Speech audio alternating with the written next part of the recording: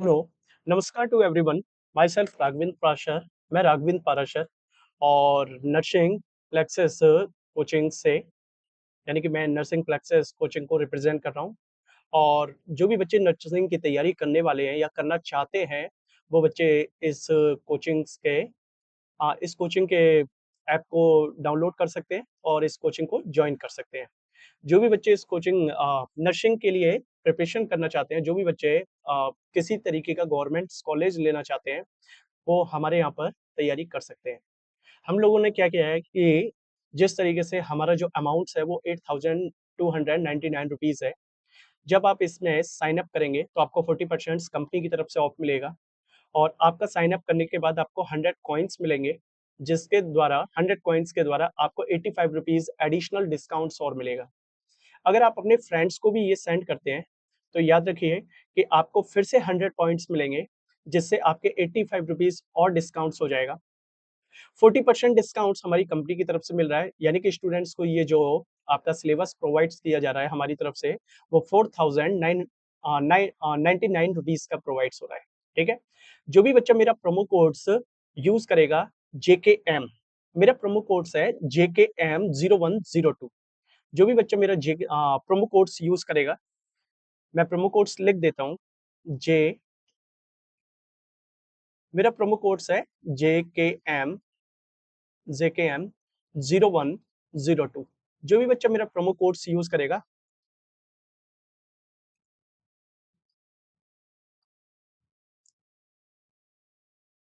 जिस किसी बच्चे ने प्रोमो कोड्स यूज किया है और प्रोमो कोड्स यूज करने के बाद जो आपके पास सिलेबस, जो स्टूडेंट्स के पास सिलेबस है,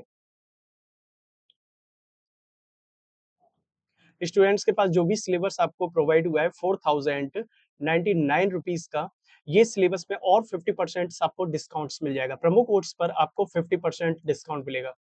50% डिस्काउंट होगा आपका और इस डिस्काउंट के बाद यही आपको पैकेज, डिस्काउंट्स के बाद आपका जो ये प्रोमो कोड्स के बाद आपका जो 50% डिस्काउंट होगा और ये पैकेज आपको फाइंड होगा ओनली 3,000 रुपीज में, ओनली 3,000 रुपीज में। ओके, रेफरल कोड, जो भी बच्चे मेरा रेफरल कोड यूज करेंगे,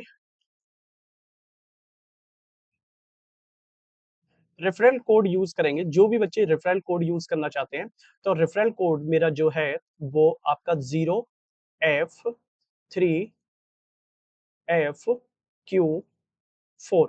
जो भी बच्चे इस रेफरल कोड को यूज करना चाहते हैं, उन्हें 100 पॉइंट्स मिलेंगे और 100 पॉइंट्स आपका 85 रुपीज का एडिशनल डिस्काउंट होगा।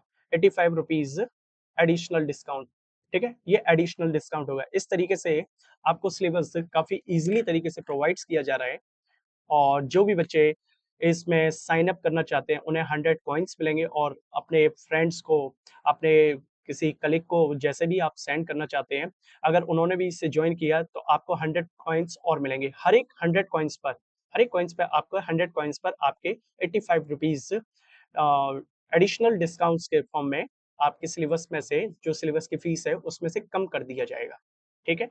Okay, thank you so much.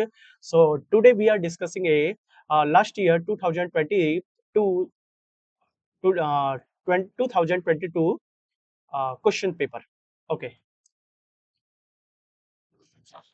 so let's we start now.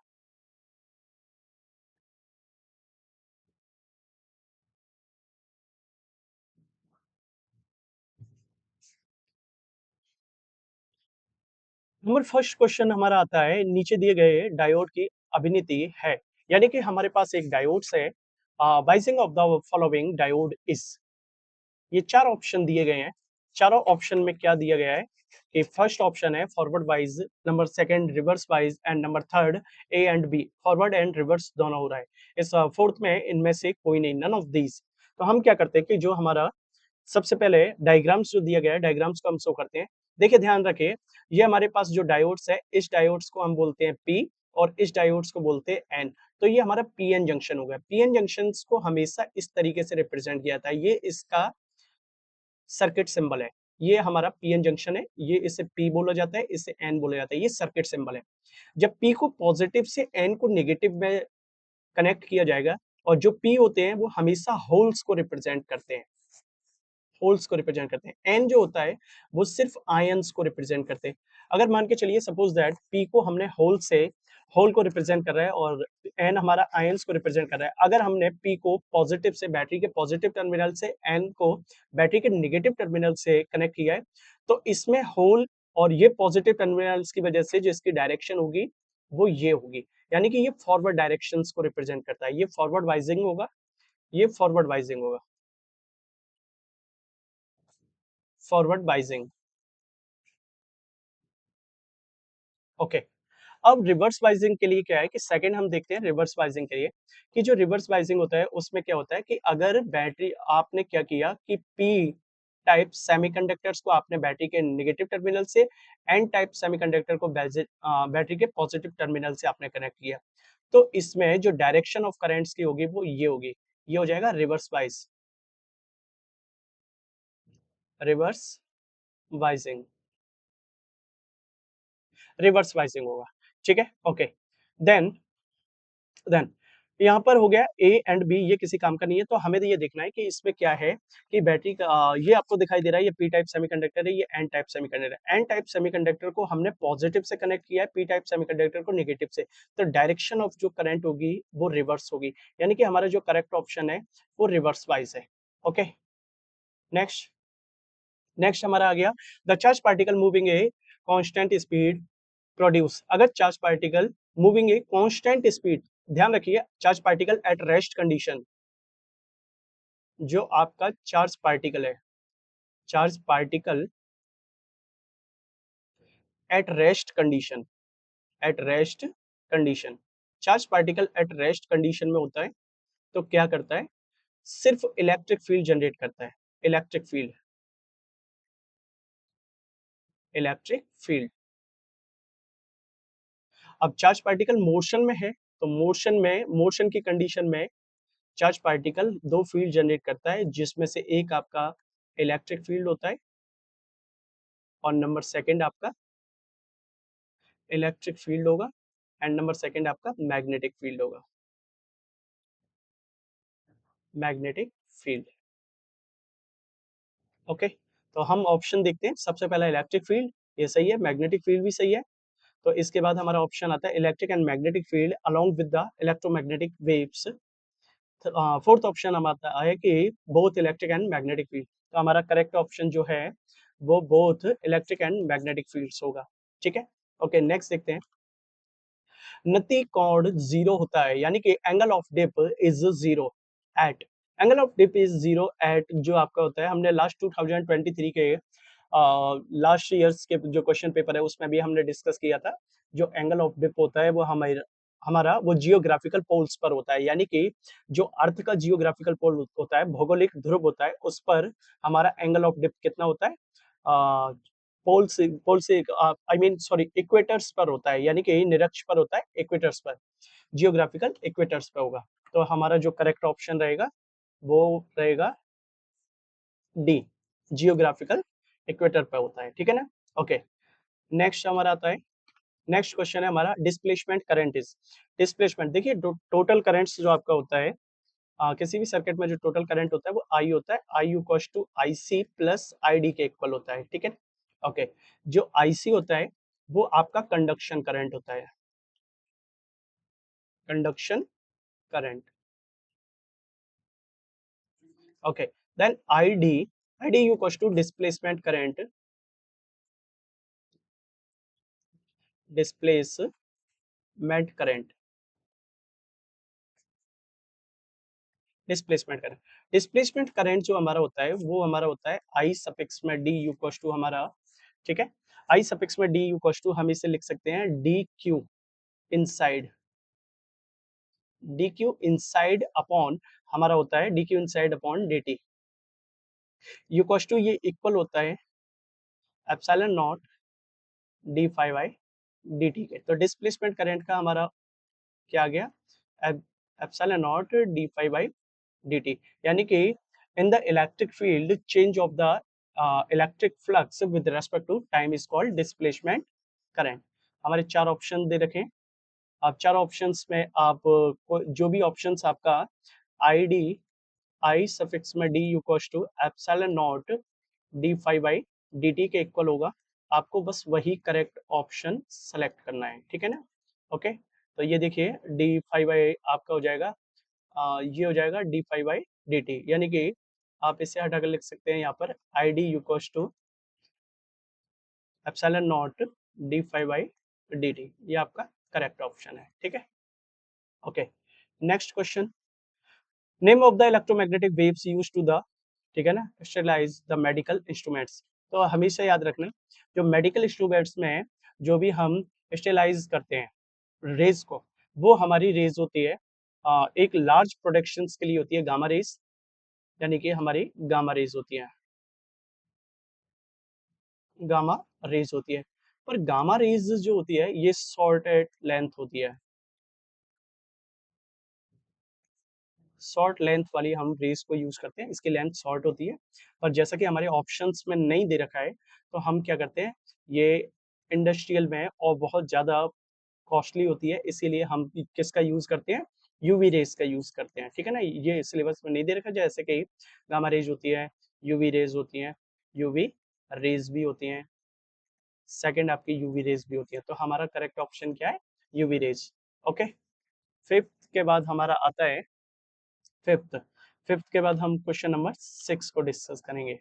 6 में हमारा क्या है, the angular momentum of N excited hydrogen atom, angular momentum of an excited hydrogen atom 2h upon 2 pi as per Bohr theory is the, it is the energy will be। चार option दे रखे हैं हमारे, चार options इस तरीके से दे रखे हैं, ठीक है ना, क्वेश्चन नंबर 6 में। अब ध्यान से देखिए, एनर्जी ऑफ जो आपके एक्साइटिंग स्टेट्स की एनर्जी होती है, जो आपकी एनर्जी होती है वो आपकी होती है माइनस के 13.6 electron volt upon N squares के फॉर्म में। अगर आप इस फॉर्म से निकालेंगे तो आपका जो आंसर आएगा वो आपका माइनस का 3.4 इलेक्ट्रॉन वोल्ट्स आपका आंसर है, ये आपका आंसर होगा, ठीक है। ओके, नेक्स्ट क्वेश्चन, हमारे पास क्वेश्चन नंबर 7 है, जो कि आउटपुट ऑफ, ठीक है ना, जोर गेट इज 1 इफ, यानी कि हमें आउटपुट जो हमारा है वो जोर गेट का 1 फाइंड करना है, ठीक है। तो उसके लिए इनपुट आपको पता है जोर गेट में कितने इनपुट्स होते हैं, दो इनपुट्स होते हैं और एक ही आउटपुट्स होता है। तो जोर गेट सबसे पहले बनाया कैसे जाता है, जोर गेट कुछ इस तरीके से होता है,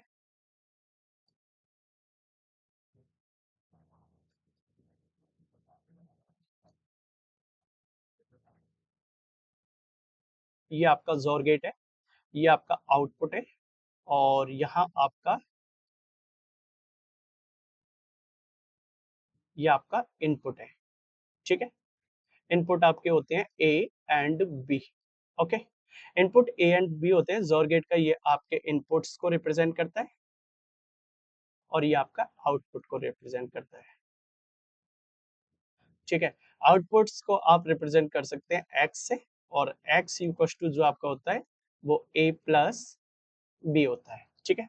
ओके, अब इसका सबसे पहले बुलियन एक्सप्रेशंस देखते हैं, बुलियन एक्सप्रेशंस इसका X equals to A plus B हो गया, और इसके टेबल देखते हैं कि A B and X equals to A plus B, ये जोर गेट की टेबल हो गई। अब इसकी कितनी संभावनाएं हो सकती हैं, ठीक है। तो सबसे पहले हमने क्या किया कि इसमें अगर 0 0 कंसीडर किया तो 0 0 हमारा a प्लस बी के अकॉर्डिंग 0 आ गया, 1 आ गया। अब 0 और 1 कंसीडर किया तो हमारा क्या आ जाएगा, हमारा इसे, सॉरी 1 सेकेंड, यहाँ पर आएगा आपका 0, ठीक है। ओके, यहाँ पर आपका आ जाएगा 0। अगर 0 और 1 आपने कंसीडर किया तो आपका आएगा 1, आपने 1 और 0 कंसीडर किया तब भी आपका 1 आएगा, और आपने 1 प्लस 1 कर दिया तब भी आपका कैसा आ जाएगा, 1 प्लस 1 आपका 0 होता है, ठीक है। ये जोर गेट्स के लिए हो गया। अब हमेशा याद रखिए कि इसने कहा है कि आउटपुट जो आपका है वो 1 है। अब आउटपुट 1 की कंडीशन कौन कौन सी है, ये आउटपुट 1 की कंडीशन है, यानी कि फर्स्ट आपका 0, सेकंड आपका 1 हो सकता है, या फिर फर्स्ट आपका 1, सेकंड आपका 0 हो सकता है। तो देखिए बोथ इनपुट आर 1 या बोथ इनपुट आर 1 होंगे, तो इसमें क्या हो जाएगा, अगर जोर गेट्स के लिए देखते हैं तो पहला 1, दूसरा भी 1, ये आपका ए हो जाएगा, और बी आपका भी 1 है, बी भी आपका 1 है, ठीक है। ओके, तो ऐसे केसेस में ये कितना फाइंड होगा आपको पता है कि बी भी आपका 1 है, तो ये आपका जो जोर गेट्स होगा वो 1 1 के कंपैरिजन में क्या ऐसा हो जाएगा, 1 और 1 प्लस हो जाएगा, तो ये 0 के इक्वल हो जाएगा। ठीक है, बोथ इनपुट्स आर 0, तो ए और बी आपके इनपुट्स है, पहला भी 0 सेकंड भी 0, तो जोर गेट्स के लिए जो आपका आउटपुट आएगा वो कितना आ जाएगा, 0 0 के केसेस में भी आपका 0 फाइंड होगा। अब आएगा 1 इनपुट एंड 1 आउटपुट्स, यानी कि एक आपने क्या किया, ए एंड बी, एक को इनपुट्स को आपने 0 लिया, एक को आपने अदर को 1 ले लिया, तो जोर गेट्स का जो आपका आउटपुट्स आएगा वो आपका 1 के इक्वल आएगा, कभी नहीं ऐसा पॉसिबल। तो हमारा जो करेक्ट ऑप्शन है वो हमारे पास सी है। ठीक है, ओके, नेक्स्ट आगे बढ़ते हैं। क्वेश्चन नंबर 8, क्वेश्चन नंबर 8 में दे रखा है induced EMF in electromagnetic induction depends only on, जो इंड्यूस्ड ईएमएफ होता है, इंड्यूस्ड ईएमएफ, ठीक है, in electromagnetic induction depends only on. देखिए, हमेशा याद रखना जो इंड्यूस्ड ईएमएफ होता है इलेक्ट्रोमैग्नेटिक इंडक्शंस में, वो डिपेंड्स करता है, क्योंकि ये पता है कि हमारा एन बी ए थीटास के इक्वल होता है। ठीक है, आपका किसके आर डिपेंड्स ऑन, यानी कि ये डिपेंड्स करता है नंबर फर्स्ट आपका number of turns per, induced EMF number of turns per depend करता है,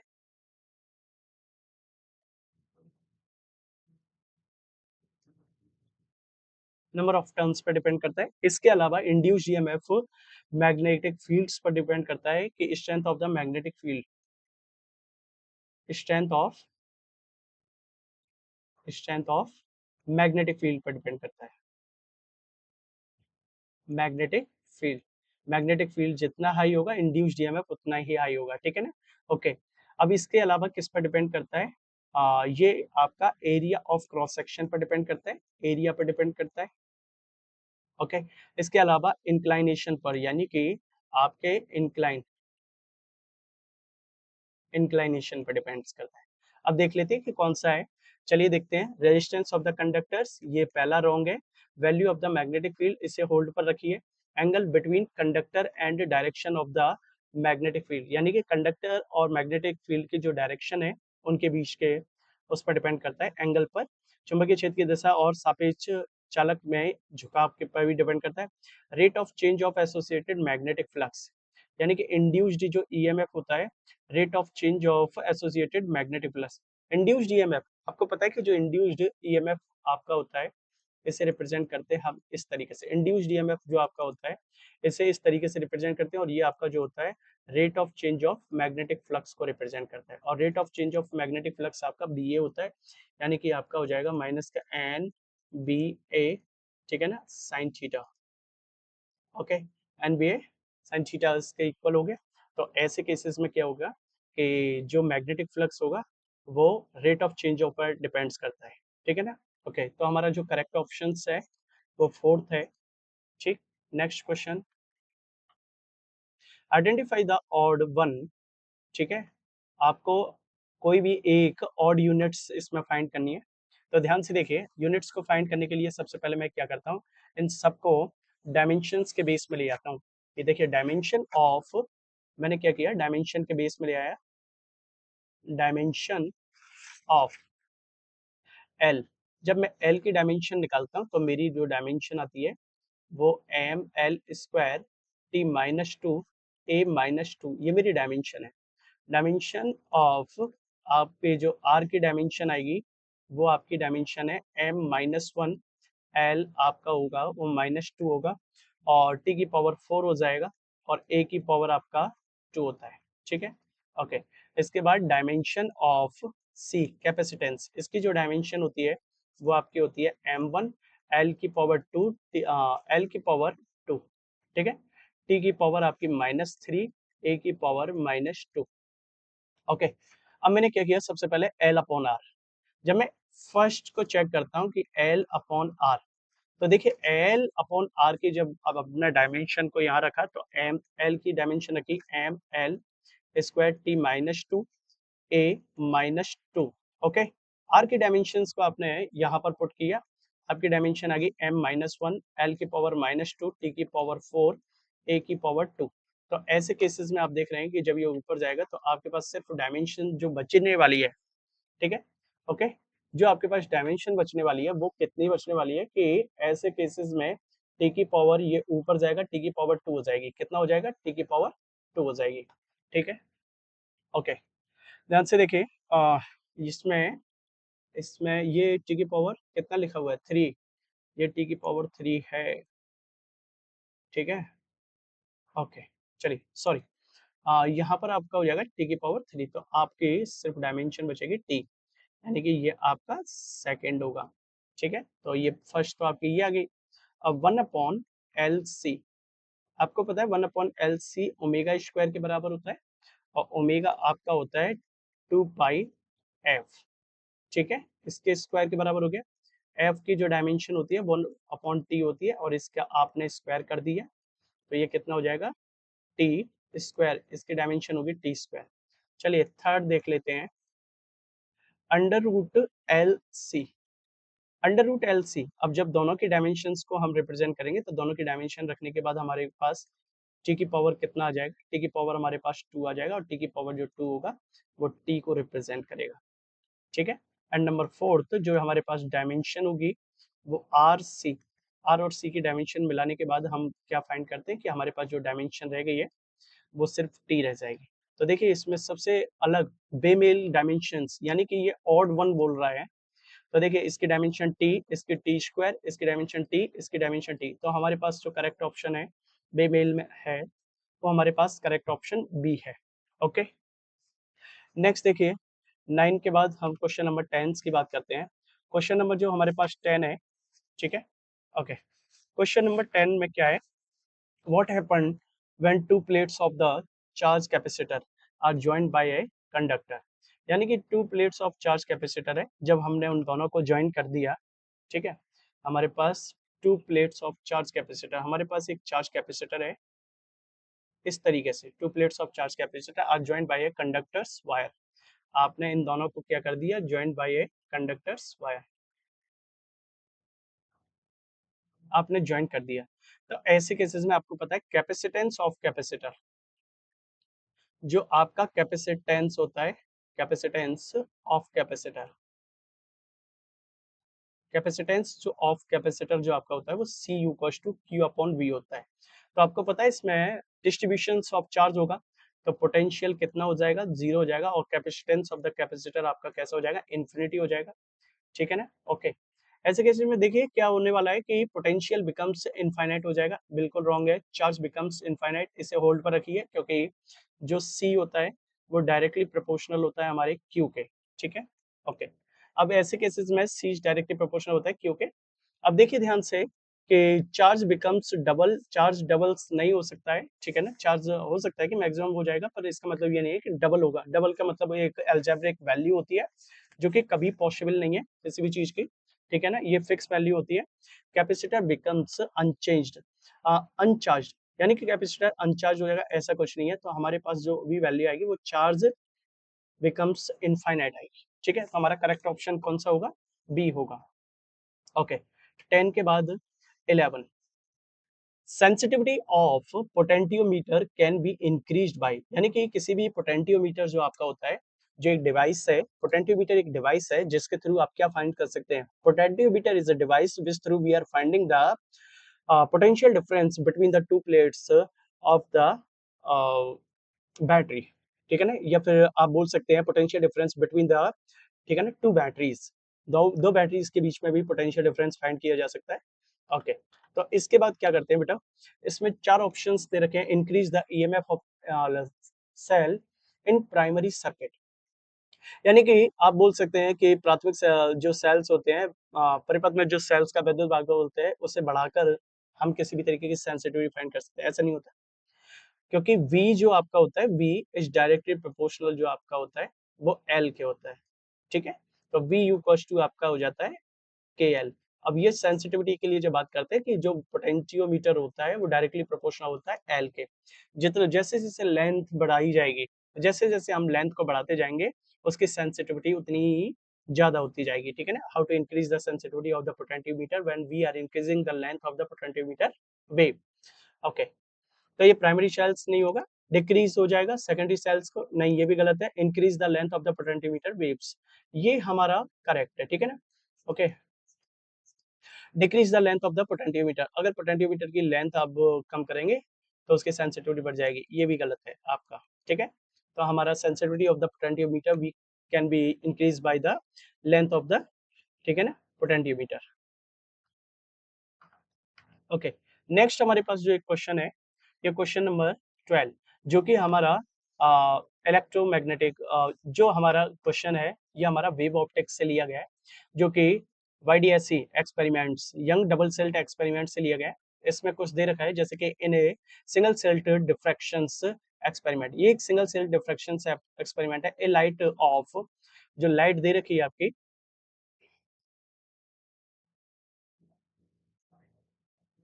लाइट की वेवलेंथ दे रखी है, वेवलेंथ, वेवलेंथ आपकी लैम्डा इक्वल्स टू 5000 एंगस्ट्रॉम्स दे रखा है, ठीक है। ओके, वेवलेंथ आपकी दे रखी है और आपको पता है कि 5 degree minima in the distance of 5 mm। Okay, अब देखिए ध्यान से कि इसमें 5 degree minima distance of the 5 mm, यानी कि x5 आपका जो है वो 5 है, ठीक है। और आपको पता है 1 mm इक्वल्स टू आपका होता है 10 की पावर -3, ठीक है। ओके, ये मीटर में कन्वर्ट हो गया, तो आप इसे इस तरीके से भी कर सकते हैं कि 5 इंटू 10 टू की पावर -3 मीटर। ओके, देन अब आप क्या करते हैं कि इसमें फॉर्मूला में इसकी वैल्यू रखेंगे n lambda upon a equals to x suffix में n अपॉन d, ठीक है। ओके, देन आपने ये वैल्यू रखी a इक्वल्स टू, a आपको फाइंड करना है d n लैम्डा अपॉन आपका आ गया x सफिक्स में n। अब देखिए, ए की जगह आपने डी की जगह रखा 1 इंटू 5 इंटू 10 टू की पावर -7। मैंने इस एंगस्ट्रॉम्स को मीटर्स में कन्वर्ट किया, 5 इंटू 10 टू की पावर -7 मीटर, ठीक है। ओके, अपॉन आपका आ गया 5 इंटू 10 टू की पावर -3, 5 इंटू 10 टू की पावर -3 आपने यहाँ पर वैल्यू पुट किया, और जैसे ही आपने इसे सॉल्व किया, तो सॉल्व करने के बाद आपका आ गया 0.5 इंटू 10 टू की पावर -3 मीटर, यानी कि आप इसे इस तरीके से लिख सकते हैं 0.5 mm। ओके, देख लेते हैं ऑप्शंस हमारे पास क्या क्या दे रखे हैं।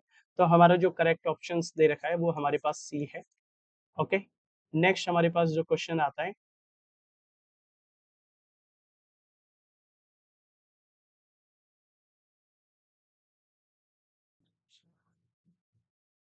Hello student, let's be start.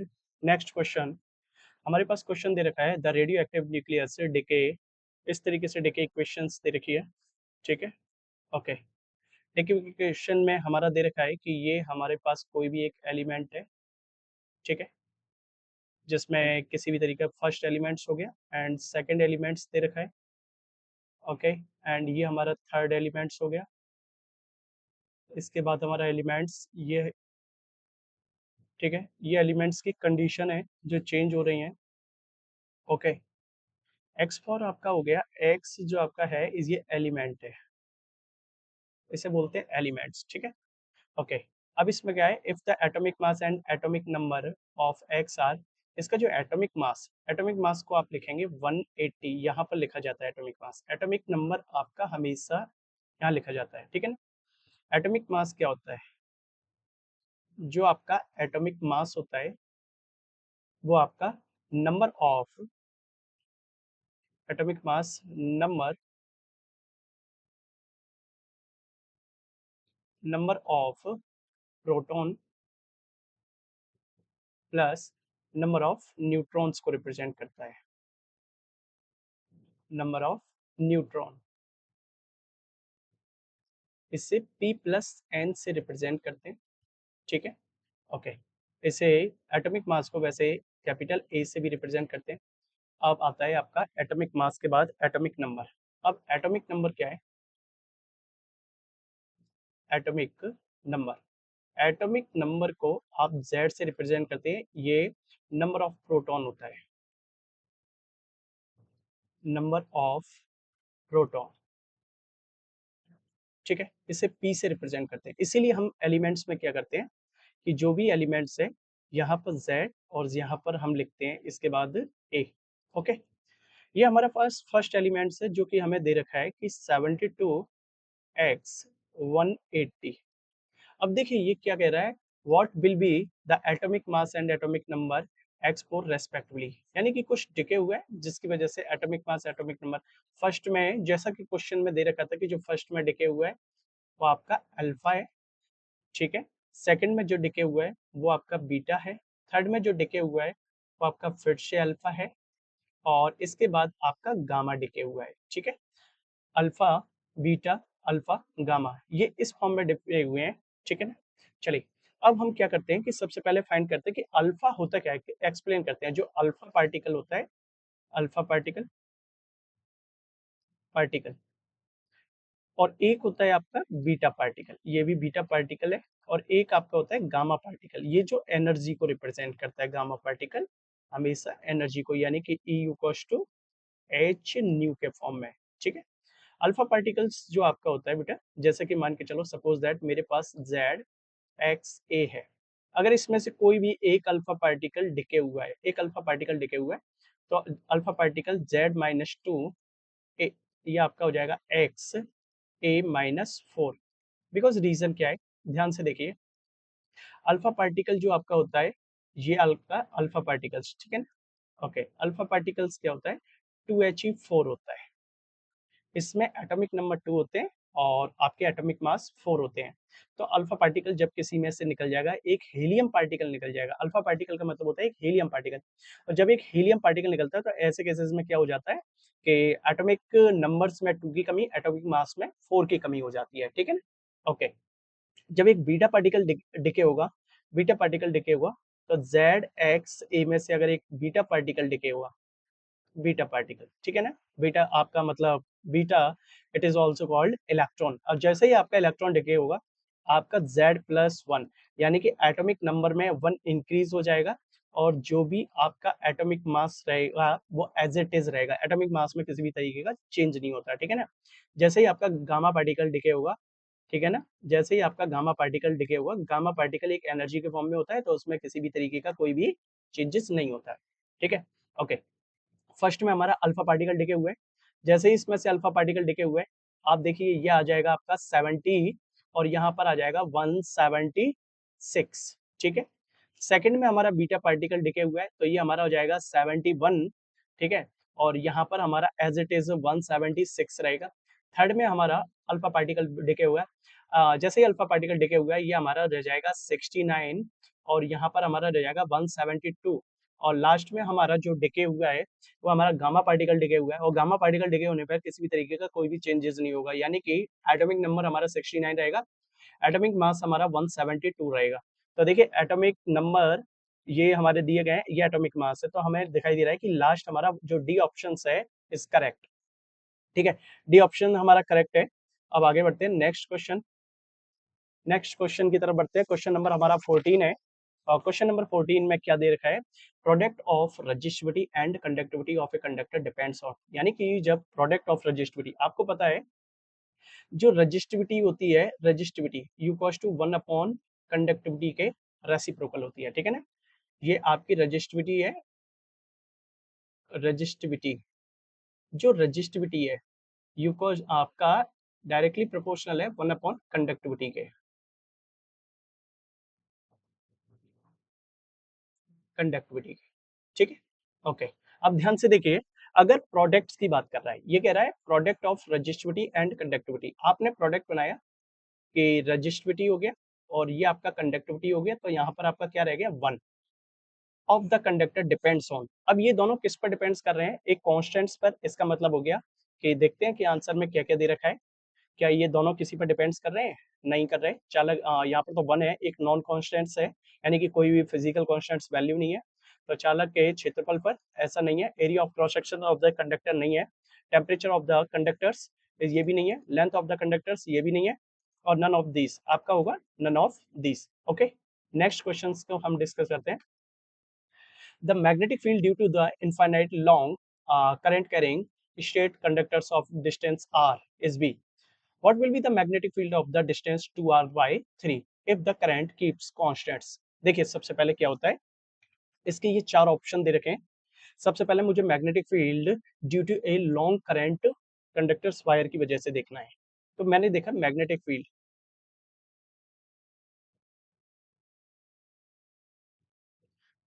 Field due to due to a long current conductor wire. जो मेरा मैग्नेटिक फील्ड्स होता है लॉन्ग, ठीक है ना, करंट कैरिंग कंडक्टर्स वायर की वजह से, वो हमारा होता है mu naught I upon 4 pi R. ठीक है, okay, mu naught I upon 4 pi R, 4 pi R. अब मुझे क्या किया है कि यहाँ पर आर डिस्टेंस कितनी डिस्टेंस पर रखा गया है, 2 r/, यानी कि जो हमारी डिस्टेंस दे रखी है वो 2r/3 पर रखा गया है। आपको न्यू मैग्नेटिक फील्ड्स देखना है तो आप फाइंड कर सकते हैं कि न्यू मैग्नेटिक फील्ड्स होगा म्यू नॉट आई अपॉन, आपका हो जाएगा 4 पाई, ये आपका आएगा 2r/3। आप इसे इस तरीके से भी लिख सकते हैं कि 3 म्यू नॉट आई अपॉन 4, ये आपका, आपने 2 यहाँ ले लिया और आप लिख सकते हैं 4 पाई आर। ठीक है, ओके, ये आपने रेसिप्रोकल पलट दिए, तो यानी कि जो न्यू मैग्नेटिक फील्ड्स होगा वो आपका 3/2 times of the initial magnetic fields के होगा। तो देखिए इसमें कौन सा ऐसा दिखाई दे रहा है, 3/2 के रेस्पेक्ट में मुझे सेकंड दिखाई दे रहा है, तो मेरा करेक्ट ऑप्शन सेकंड है। ठीक है ना, ओके। नेक्स्ट, नेक्स्ट की बात करते हैं। हाँ, नेक्स्ट पॉइंट्स क्या है हमारा, if electron are accelerated by the potential difference of 100 volt, यानी कि एक इलेक्ट्रॉन है जो एक्सेलरेट हो रहा है जिसका पोटेंशियल डिफरेंस कितना है, 100 वोल्ट है। ठीक है ना, okay. Associated de Broglie wavelength will be, अब डी ब्रॉगली वेवलेंथ का फॉर्मूला आपका क्या है, कि जो आपकी डी ब्रॉगली वेवलेंथ है, de Broglie wavelength, de Broglie wavelength होता है lambda equals to h upon आपका पी। पी आपका मोमेंटम है, एच आपका प्लैंक कांस्टेंट है। आपने देखा है कि जो आपका एच हो गया और पी मोमेंटम्स के फॉर्म में जो काइनेटिक एनर्जी के साथ इसका रिलेशन होता है वो होता है 2 MeV मेगा इलेक्ट्रॉन वोल्ट में। और यहाँ पर हमने क्या किया, 6.63 इंटू 10⁻⁻24 अपॉन में लगा दिए हमने under root 2 into mass of the electron हमारा हो गया 9.1 इंटू 10⁻⁻31, और इलेक्ट्रॉन्स का हो गया 1.6 इंटू 10⁻⁻19, एंड जो हमारे वोल्टेज पर लगा हुआ है वो 100 वोल्ट्स पर है। आप इसकी वैल्यू जैसे ही इसमें पुट करेंगे आपका आंसर आएगा कि लैम्डा इक्वल्स टू, जो भी आपका आएगा आप इसे सॉल्व करेंगे 1.227 इंटू 10⁻⁻10 मीटर्स के अप्रोक्स आएगा, जिसे आप 10⁻⁻10 को आप एंगस्ट्रॉम्स भी लिख सकते हैं। ठीक है, तो 1.227 एंगस्ट्रॉम्स। ठीक है, ये आपका आंसर है 1.227 एंगस्ट्रॉम्स, ये मेरा बी ऑप्शन करेक्ट है। ओके, देन नेक्स्ट हम बात करते हैं क्वेश्चन नंबर 16 के बाद क्वेश्चन नंबर हम स्टार्ट करते हैं